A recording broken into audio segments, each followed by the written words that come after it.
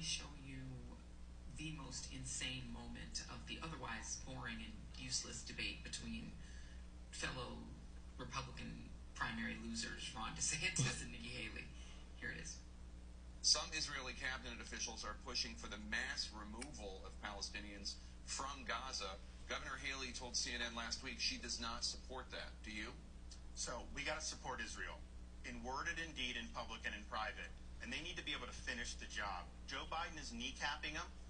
He'll say one thing, then he goes, and his base doesn't like Israel, so he's got to do all these other things.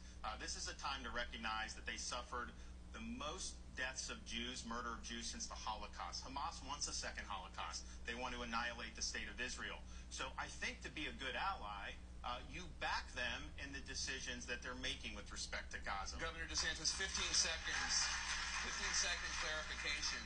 Do you support the mass removal of Palestinians from Gaza? So as president, I am not going to tell them to do that. I think there's a lot of issues with that. But if they make the calculation that to avert a second Holocaust, they need to do that. I think some of these Palestinian Arabs, Saudi Arabia should take some. Egypt should take some. They've never been willing to accept any of these folks in their own neighborhood. Okay, that was insane. that was insane. That is Ron DeSantis saying that he would, as president, support a war crime, which would be the mass expulsion of Palestinians from Gaza, which would be textbook genocide. So that's his position.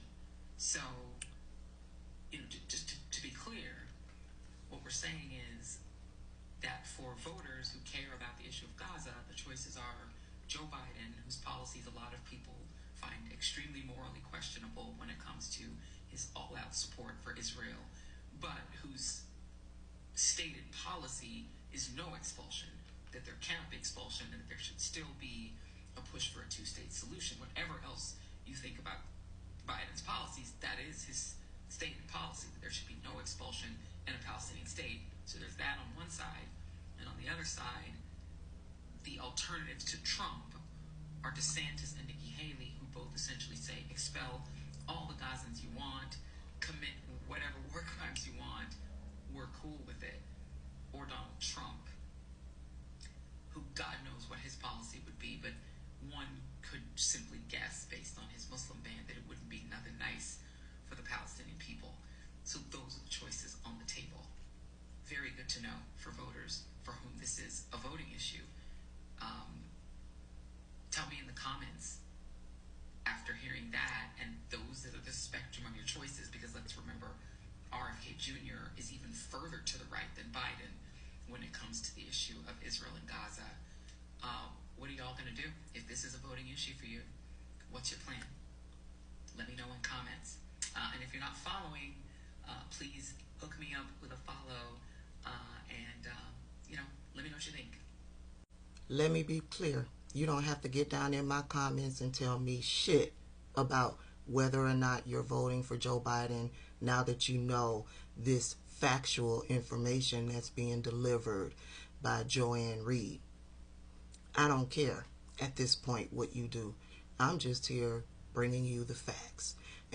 And for those of you who are running amok stating that you're not going to vote for Joe Biden, you're not going to vote for Genocide Joe because you care about Palestinians in Gaza, well, yeah, if you continue to run around on this app stating that you're not voting for Genocide Joe, after Joanne Reed just told us what Joe Biden's policy really is. He's fighting for a two-state solution, and he's fighting for no expelling of Palestinians from Gaza.